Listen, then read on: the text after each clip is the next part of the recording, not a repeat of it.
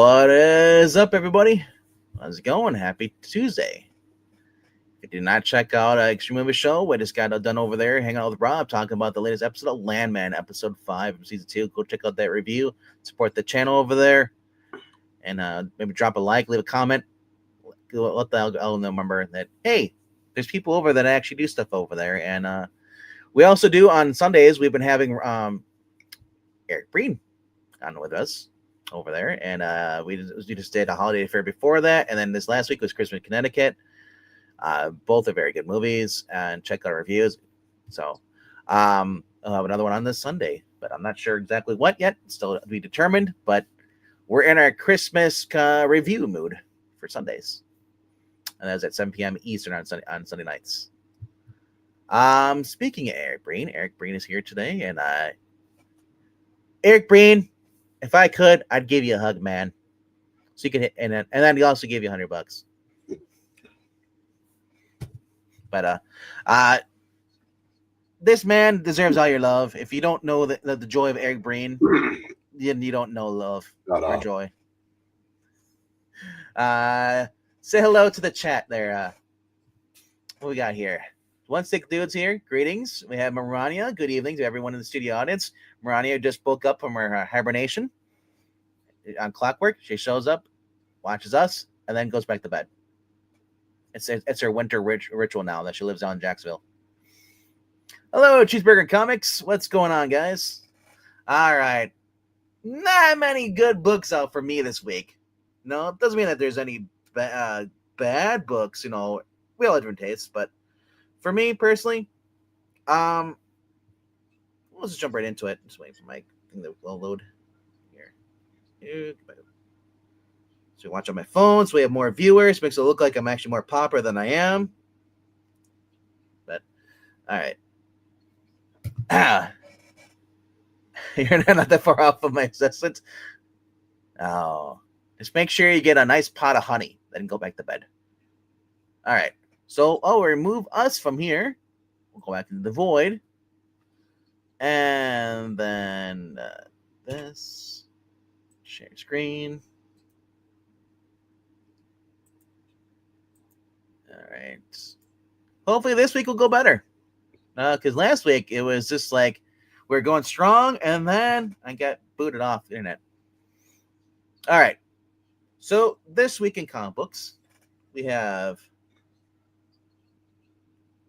Is it showing? Okay. I'm not sure. All right. I only have 4 books this week, Breen. Really? Yeah. I don't have a number 5. Because mainly, if I did, my number 5 probably would be Batman Superman World's Finest. That's one of my favorite ongoing books. But I just kind of dropped it because $3.99, $5.99, it adds up real quick. The more books you grab. But we're going to scroll down to my number 4. If there, as always, if there is a book on the screen here and you want me to click on it and look into it, let me know in the comment section, but in the chat. My number 4 for this week actually is Moon Knight, Fist of Khonshu, number 15. It's been a while since the last issue. It feels like it's been like almost a month. I think there exactly is a month since the. Yeah, I guess it makes sense. 1 a month. I'm used to with Jeremy Adams. Every 2 weeks, there's a Green Lantern or Aquaman, rotating. I love it. So this is War at the Mission's Door. The Midnight Mission has been through hell and back the last few years, but it isn't half of what they'll go through in this issue, as the stage is set for an emotional disaster that's bound to tear the mission apart. Mark Spector finds himself an ambush and at the mercy of a familiar and particularly violent foe. Jed McKay, the cover artist is done by David Paratore. Never heard of him. But I'm also not really a fan of his costume showing his face. It just looks like, hey, I like that pose of Spider-Man where he has battle damage and you see half his mask torn off and people can tell who he is. I'm not a fan of these covers like this. Plus, it also shows me the costume. I just don't like the new updated costume. Then we have the Bajoran Barens, a nullified variant. Yes, the Venom variant, which no one cares. I do like the little wax though with a stamp seal. That's kind of cool. And then we have cover C, which is the Dev Prominic variant. This looks like a bunch of bright colored mess. But hoping this is continues to be good. It's $3.99, 32 pages. Jed MacKay is one of my favorite writers right now over at Marvel for ongoing books. Not to put them short, but I mean there isn't many over there that I do appreciate. I think it's down to him and Benjamin Percy, and then Hickman is comes and goes.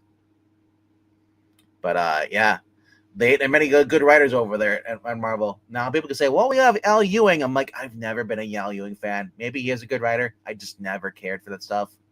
Immortal Hulk. I know we have Mortal Thor. It's just boring to me.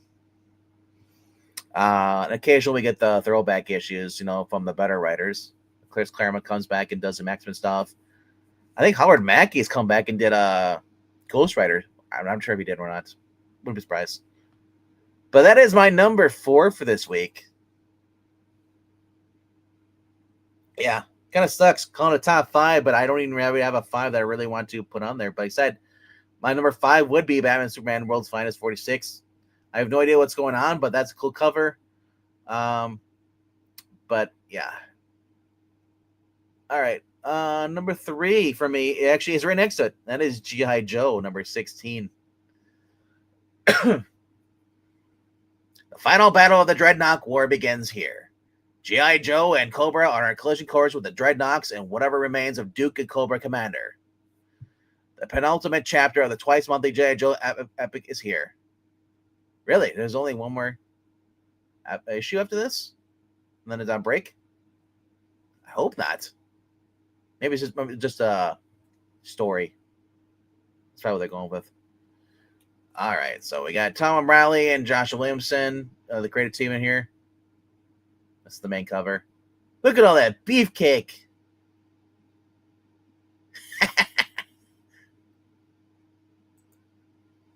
And then, of course, we got the 616, Carla Cohan connecting stage variant with Lady J, I believe. Is it Lady J? No, might be CoverGirl. Forgive me, I don't know the names of all of them because I didn't really watch the cartoon. I think I watched the movie, G.I. Joe movie, one time, and that was about it. And that was like, I was a kid, bro. That was like a long time ago. All right, we got cover B here. The Tonsi Zonhik, I guess some kind of European, probably Brazilian. So I love this. He's helping him so he can work on the car. So he lifts up the whole entire truck, the Jeep from. All right. And of course, we have the Ben Oliver cover C variant, which kind of looks like Egon from the real Ghostbusters with bad teeth, without the pompadour. I think it's a Preacher homage. Is that what it is? I think so. Is this your buddy Ben Oliver, or who was it? Who was your one that's usually over on Wes's channel that does the covers? Yeah. Oh, it was Eric. It was Eric, wasn't it? So okay. But yeah, that's another series I have to get into. Preacher. I heard that was pretty good. That's Garth Ennis, I believe. Yeah, the show was good for 2 years. Oh, did it go? Yeah. couldn't rein in his TDS the third season. I think one of the characters in Preacher was Hitler. And I think Hitler was embarrassed to be associated with Trump. I think it was that was. Oh. Yeah. I'm sure Mick Foley liked it. Oh, I wasn't going to bring that up at all. What? I wasn't going to bring up the whole Mick Foley thing. It's so stupid. I'm not re-signing my alleged contract because of what Trump said the other day. Okay, no one's gonna go visit you anyway. No one's like, who cares? Does it mean you're gonna stop signing your name? Well, legally you can't. If they owed a contract to your character and all that stuff. Hope he has an ironclad thing. But I don't know, man. It's in a weird week. John Cena gave up. Mick Foley gave up. Ric Flair's still going. Woo! I'm guessing Glenn Jacobs and Mark Calloway are probably having a good chuckle over Mick right now. Yep. Yeah. Well, he'll never get another Mickle on WWE. All right. Let's see here. Then we go into my number 2 for this week. What's up? I'm not mistaken. I have to ask the MIA Transformers fan Zach to confirm. Well, Richard will never be on this channel. You could go and ask him, but he'll never join this channel. Oh, you mean the other Zach? Yeah, he'll never be on his channel either. Either pretty much. We'll see. We'll see your boy Zach before we see Zach Richmond. It's getting that way. He only pops on Twitter to argue with people. That's it. All right. I'm gonna scroll down to my number 2. Yeah, because 3 was yeah. Well, maybe they're not speaking to us because of last night on Sports Ball.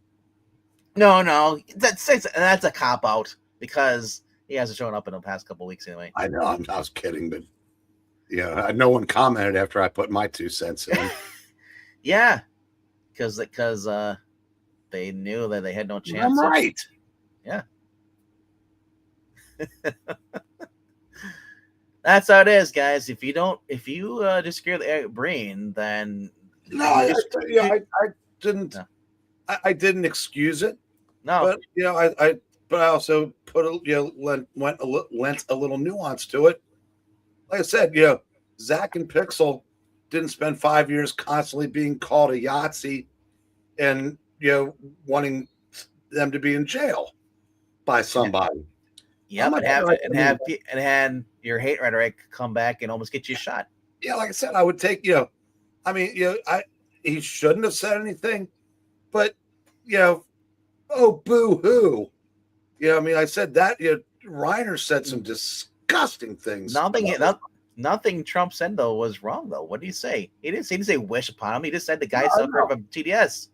No, I said that part of TDS is seeing what you want to see and put somebody in the worst possible light every chance you get. Yeah.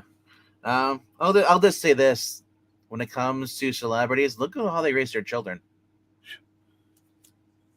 Megan Fox has 3 trans boys. Wow. Just saying. Jaden Smith, I win. All right. I honestly don't know what that is. So, I don't know either. I'm not even gonna Google image it. You don't. Captured by the Brow while investigating a German spy connected to Nazi gold. Dick Tracy and Tress Tuhart have been captured by the Brow. Meanwhile, in the city, the Summer Sisters. There you go. The Summer Sisters have been dealt a serious blow. Can Sam bring them in without Tracy or Pat to back him up? See, we need to read this. Only they're the Lester sisters. Yeah. I want to read this on the channel, but I don't think the Lesters can join. It's a little violent. They're not China dolls. I know, but I can't. I know which ones they're not going to read. I like the idea of them being gun mall killing machines. Yeah. See, little bunny rabbit, bang bang. Like the fire. Take that, duckies and bunnies. Yes, like this. Your home is on fire. See. But so serious note, this has been much like just very, very, very fun, engaging, like just story going with Dick Tracy. We're now into second volume Yeah. Is this their third? Is the third volume? Feels like it's. Dick Tracy's basically this is the third story arc. I Yeah, believe. not volume. Yeah, third story Yeah, arc. third story arc.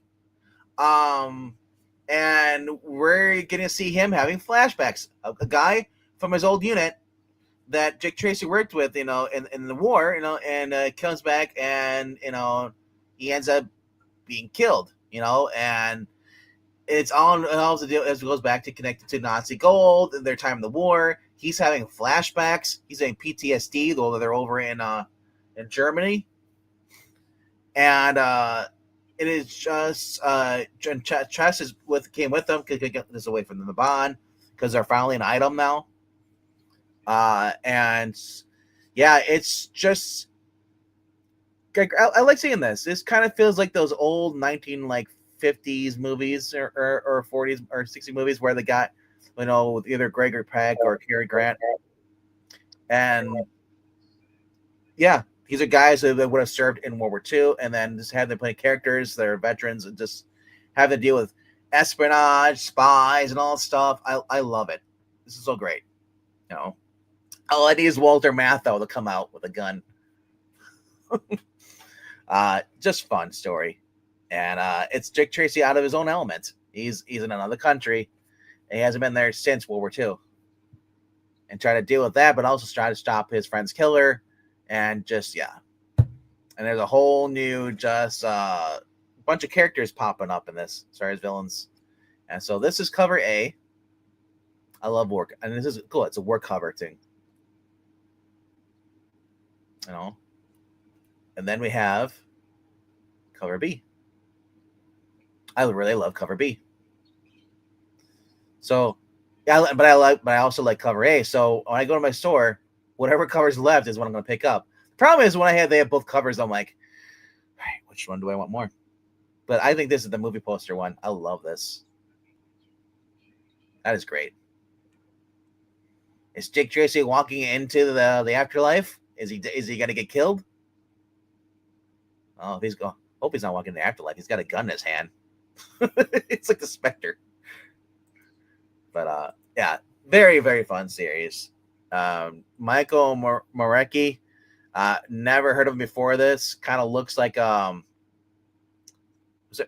that Stephen Wright, the comedian?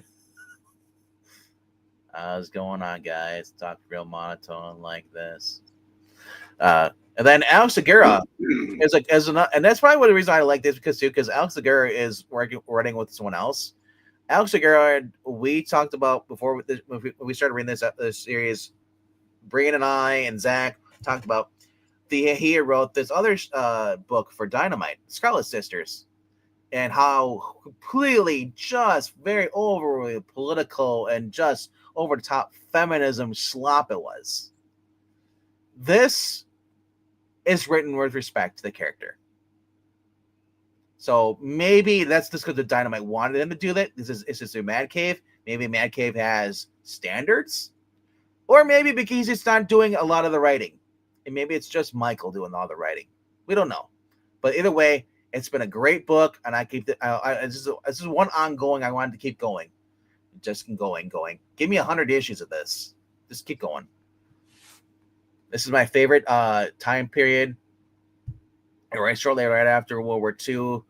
And then I love it. You also have, I said, like Dick Tracy, Rocketeer, Indiana Jones. That's the 3 IPs I want books from. So let's continue that.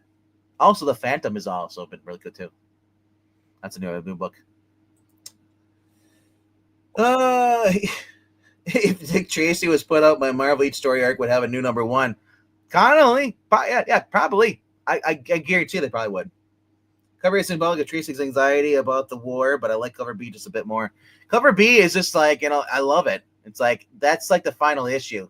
Okay, see you later, Dick Tracy. And he goes out the door. All right. My number 1, though, for this week, should be no surprise. I can't believe it's that far down on there. But it's the Batman Scorn tonight, number 2. Dan Jurgens, Mike Perkins back on their second round of the story of the Batman Year One. Scarecrow emerges in Gotham City, and fear consumes the streets. And now that he has the murderous hangman Adam Page to do his bidding, the stage is set for Scarecrow's next grand act, with terror and psychosis at the fever pitch across Gotham. That's another movie, Fever Pitch. The Batman struggles to tame the city without destroying his personal life as Bruce Wayne, leading him to make a fateful decision about his relationship with Julie Madison. 48 pages, magazine size, $7. Cardstock cover. Mike Perkins doing the interior. Mike Perkins also does the cover A of this. Just fun. Batman Golden Age. I love this. It's just great. Then we have Mark Spinell doing the cover B. Scarecrow's just wearing underwear over his head, or sock. Could be a sock.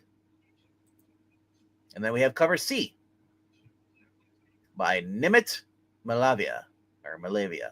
You've heard it multiple ways. So I love the neon lights and everything. This rain. It's so great. But Mike Perkins I love this. Who is the guy in the glasses? Is that Professor Crane or is that somebody else? Yeah. And then also, Lois Lane was in this in the previous issue. Her and Julia Madison were about to go over a cliff because there was as Batman was rescuing James Gordon, who'd been hanged by the Hangman, and he saves them. Julia Madison and Lois Lane are basically sprayed by gas, and it causes Lois to basically start freaking out. She's driving, and she hits a curb, and they go off the cliff. That's how it ends. So like I said, this is probably my favorite series. I love kind of the more appreciate from Golden Age Batman, especially since we've been reading Batman stories, backup stories in the World's Finest. So from the Golden Age years, and just Dan Jurgens. I love Dan Jurgens' writing. I'm Dan Jurgens is a treat for me. I would love to see him back in another ongoing, whether it's with the Super Sons, or if it's just him writing Batman Beyond, or even Superman, for that matter. But we'll see what happens.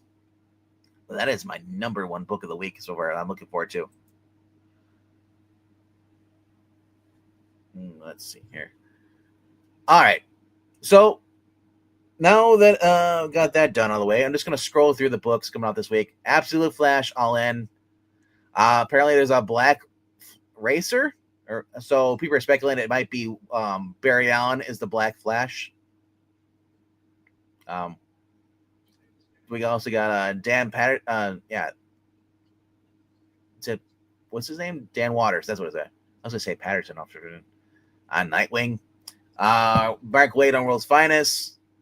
And then we also have Cyborg versus Swamp Thing, which I don't really care for.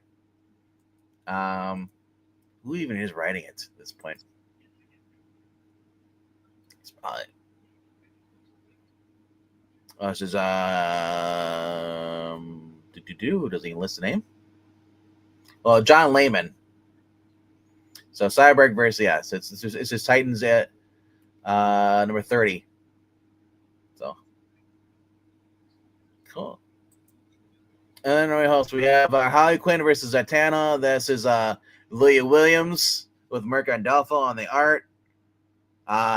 Jorge Corona, the guy who was doing the Transformer books after with Daniel Jordan Watson, does a cover on this, and that's why it looks really bad. Then we have Avengers: Return of the Twilight Court. Superman: The Kryptonite Spectrum by Maxwell Prince. Yeah. That's issue 5. Superman Unlimited. Hey, look, guys on there, but I gotta remind myself it's Dan Slott writing. That's kind of why I'm not picking it up. Amazing Spider-Man Torn. That is Michael Straczynski, and just done with him. His writing, what he did to Captain America in his last run was just atrocious. I'm just kind of done with this guy. Mortal Thor is Al Ewing. It's evil Donald Blake as the Serpent versus Thor Orderson. And I forget who's doing the Black Cat book. If is that McKay?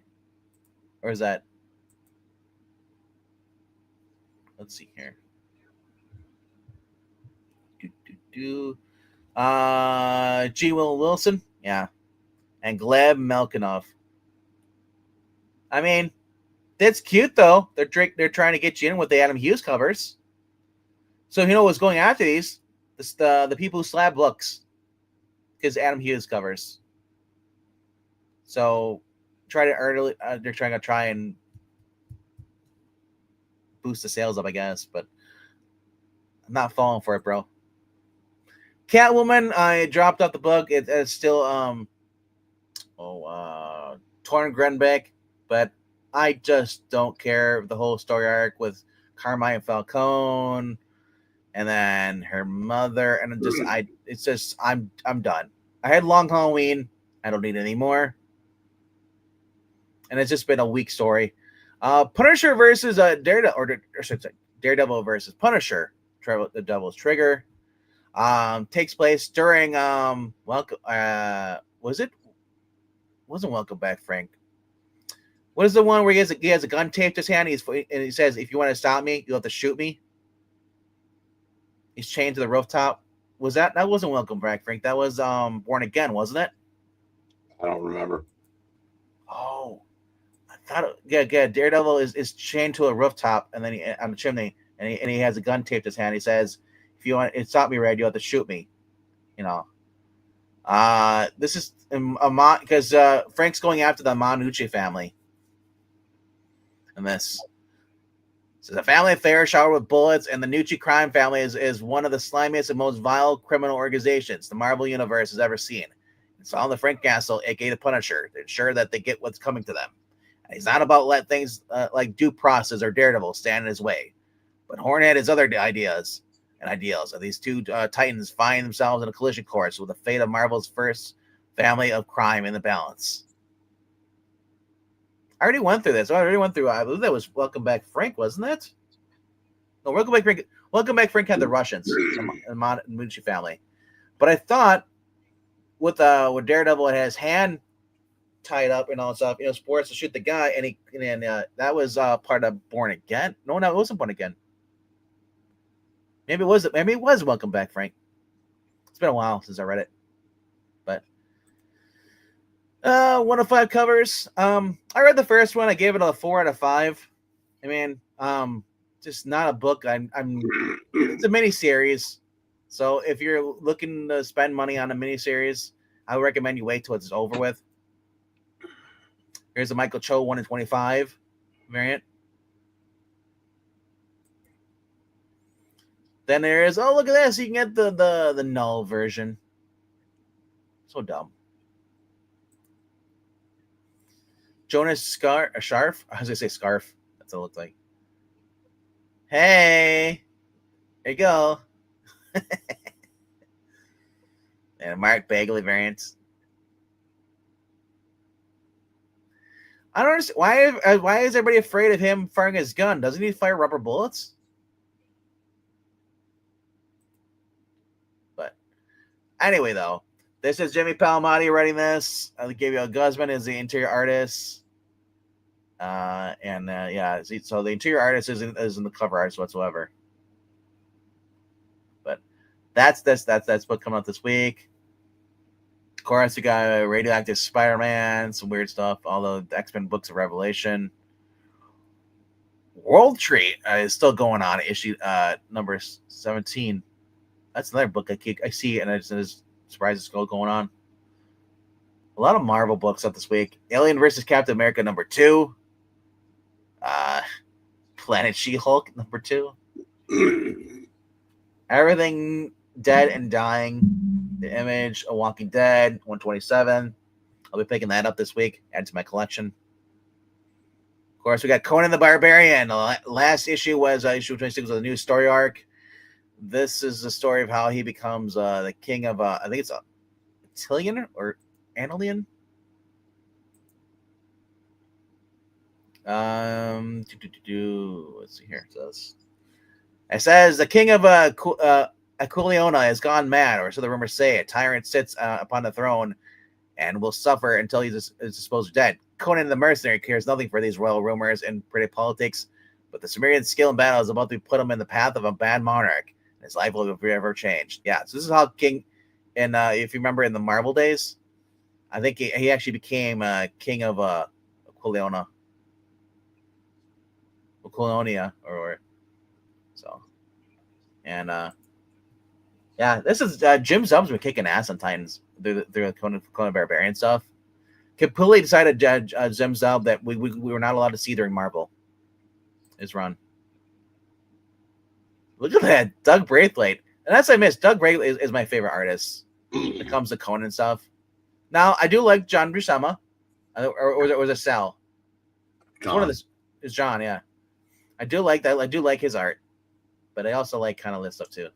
The modern stuff. This is just a weird, confusing cover.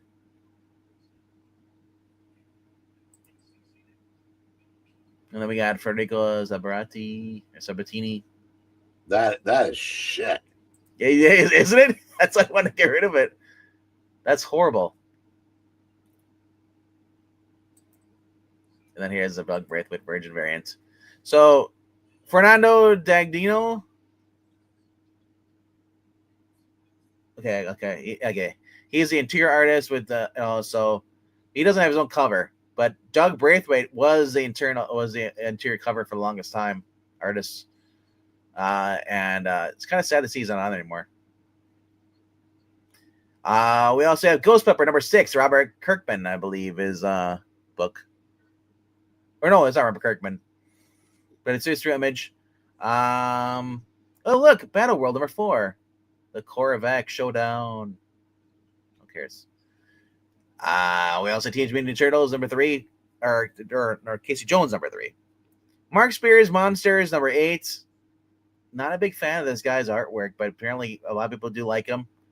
For his, I think it's more because the fact he's doing the monster stuff, the Universal stuff, or was. Supernatural number 3, interior art, horrible story. I recommend if you want to read a Supernatural, go back a couple of years, about 10 years ago, they released a book based off the series. So, Space Ghosts. Vampire Space Ghosts, as it looks like. Number 6. It's another series I want to get into. That is Pepe the Run. Not Pepe. David Pepos. And then, of course, Kieran Gillen is back with Die. Reloaded or Loaded number 2. And we got a Marvel's Rivals Ignite in Color, guys. It's a book that was in original black and white. Probably Peach Momoko. TMT Journeys number 4 with a female foot soldier. Vampiro with Christopher I Can't Write Priest. Oh, did you hear that? Speaking of Deathstroke is coming back. Deathstroke the Terminator is coming back this March. DC. Tony Fleecs is writing. Tony Fleecs is Stray Dogs, and he's been doing what is the other one? It's the cat one. It's Feral.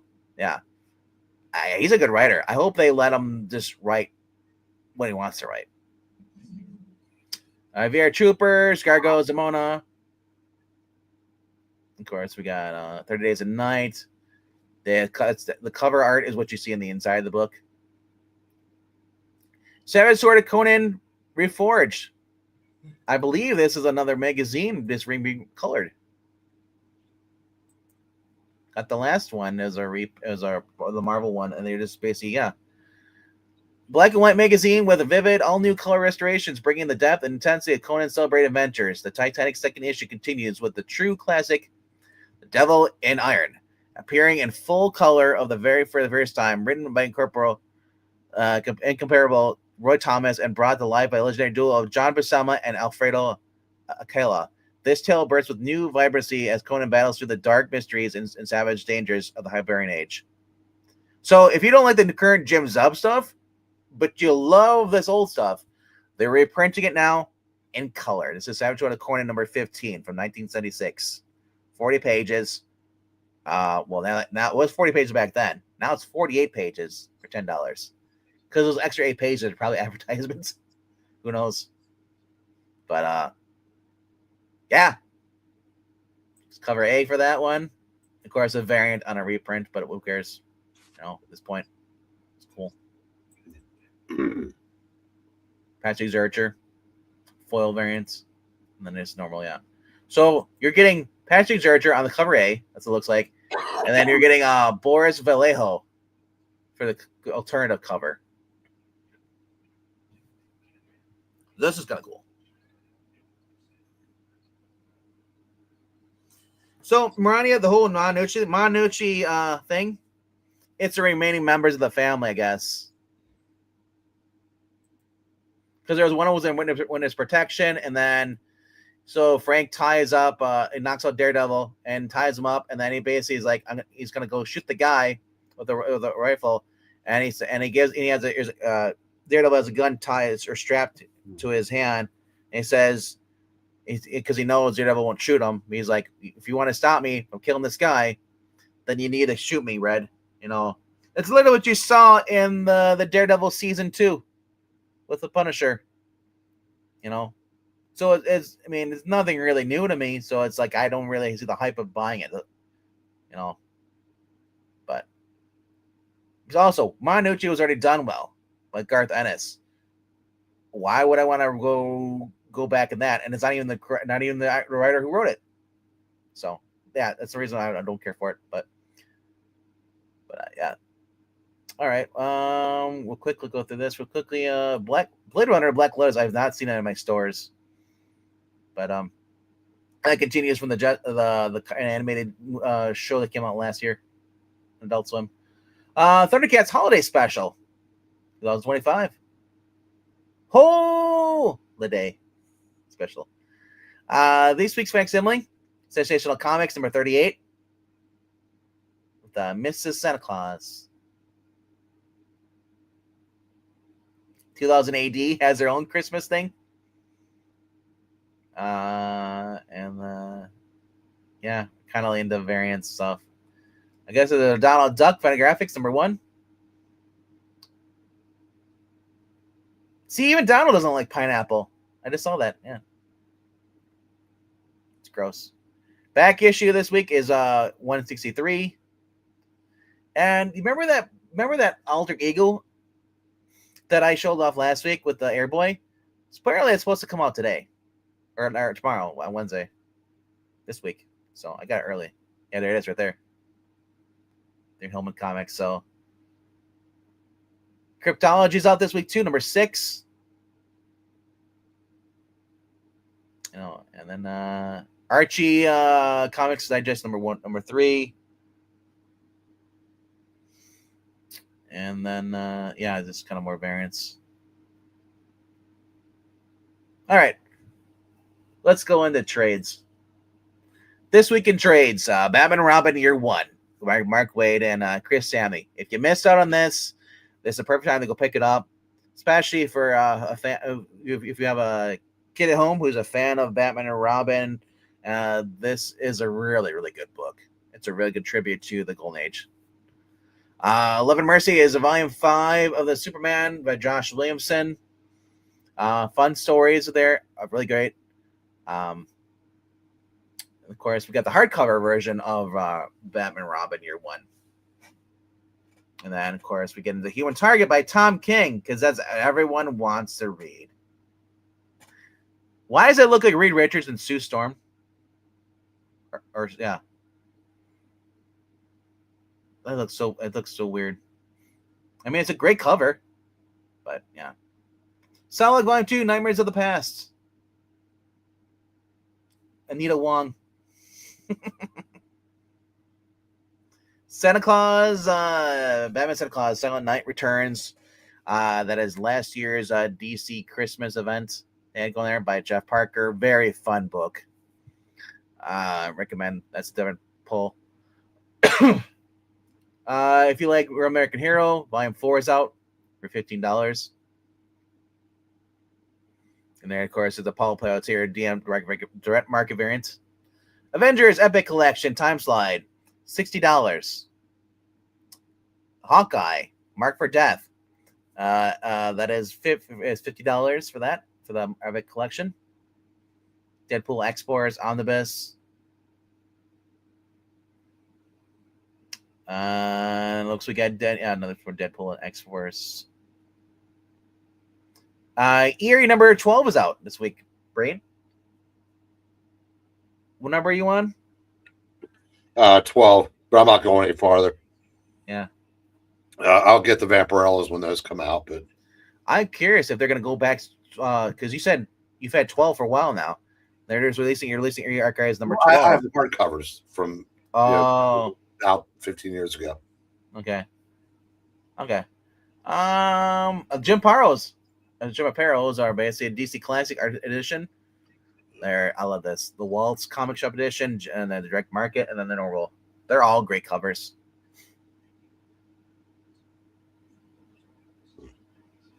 And then that's it. Not much this week. And alrighty then. So if anybody but Marania wants to comment in the chat, you're welcome to. Unless you have me on just the background because you love my voice. But did you know that Ultimate Spider-Man and Absolute Batman together are worth $100 right now? Wow. The number one or the like the number one?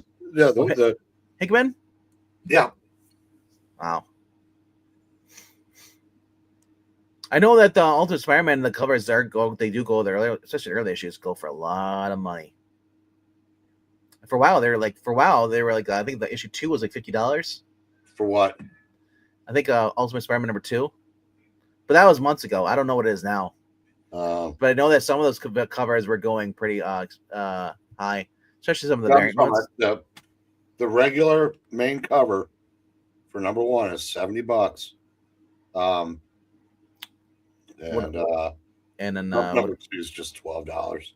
Yeah, it probably dropped. I said like for the rest of the way. Yeah. What was Absolute Batman cover issue number 1 go for? $30. Wow. Shows you that people will go for a Spider-Man book over a Batman. Well, Spider-Man's been out for a year longer too. Oh, I thought they were at the same time. But yep. I guess that's it for the night then now. And then I believe there's a cover ranking later in tonight. I think so. So alrighty then. So yeah. Thank you for the best viewers at streamboo.com, your Rubus Space, and then yeah, all that fun stuff. Thank you. All right, nothing else really wants to talk about, but yeah, wow, yeah, I'm trying to think of. I can't think of anything else. I mean, other than Rob Reiner's death, or shocking murder by his son, they arrested his son. But I didn't get to see your review. What was your take on Landman this week? So Landman, I really like this episode.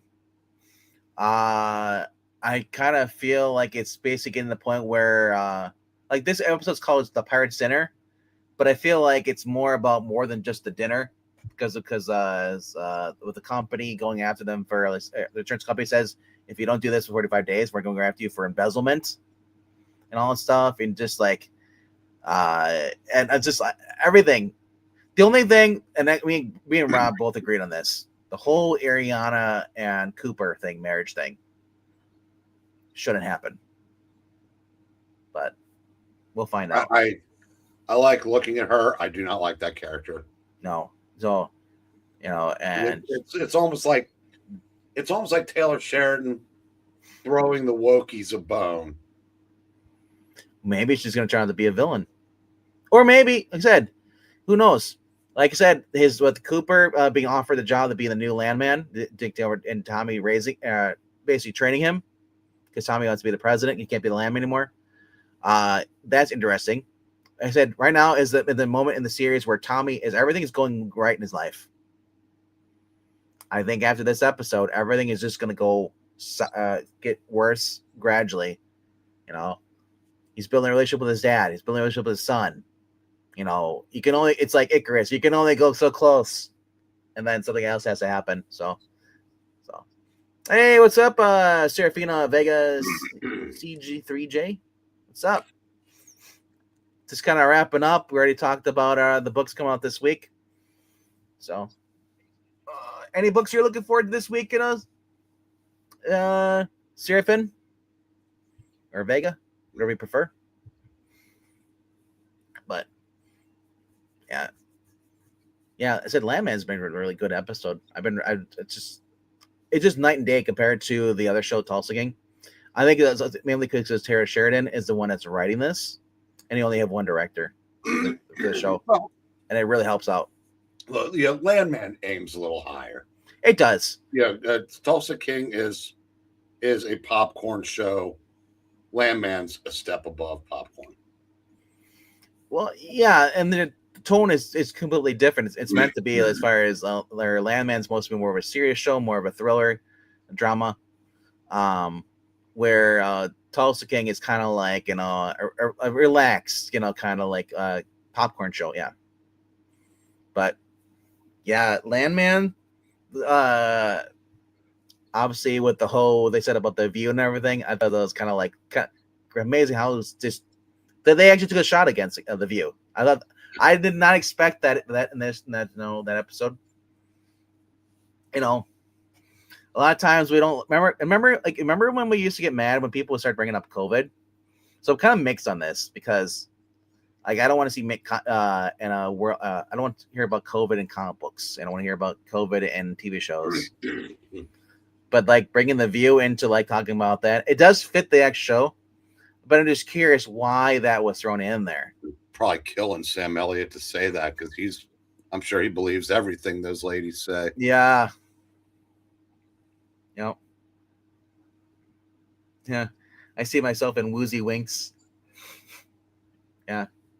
Sensational Comics Wonder Woman cover. Dude, it's a great Christmas cover, but I don't know if the story's any good. I never read it.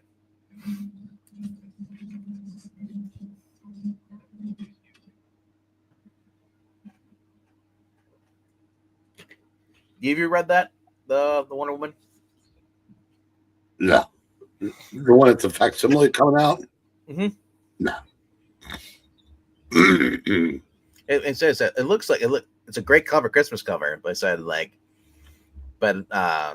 I don't know if I ever really have cared to go read it though. I want the Wonder Woman I want to read is the one we got in the movie, the Zack Snyder one, the first one. I could. The refs want to go home. He stepped all the way out of bounds and they didn't call it. All right, but that's a 25-point game, so it's not like anybody's not like it's hurting anybody, except for the guy who bet on the wrong team. Yeah, this did more of those kind of games. Oh, so yeah, so that's pretty much as far as this week so far is it kind of crazy when Rob Reiner died and Trump says something, everybody gets upset, and then Mick Foley is like, no, I'm no longer dealing with WWE, so I'm not renewing my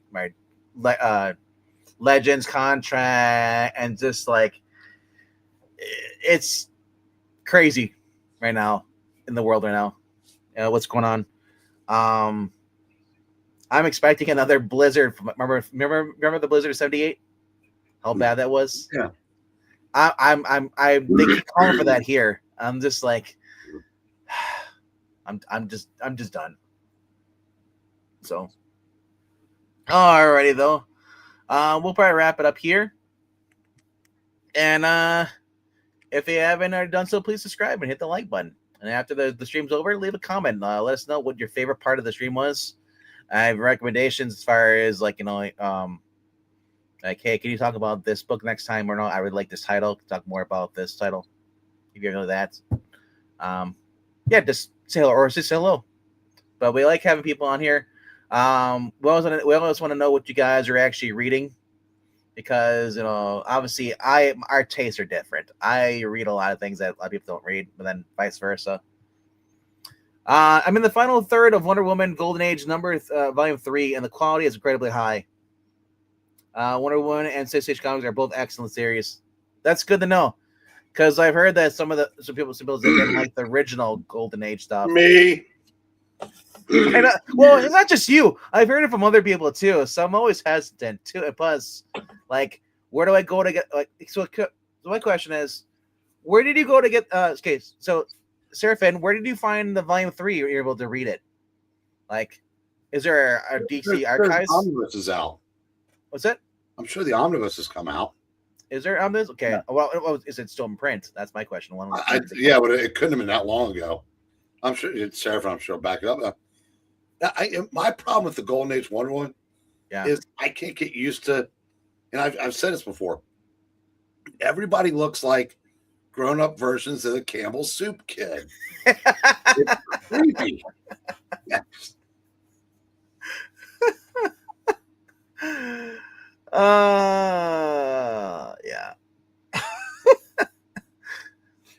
No. I wonder if it's on Comixology. But yeah. Oh.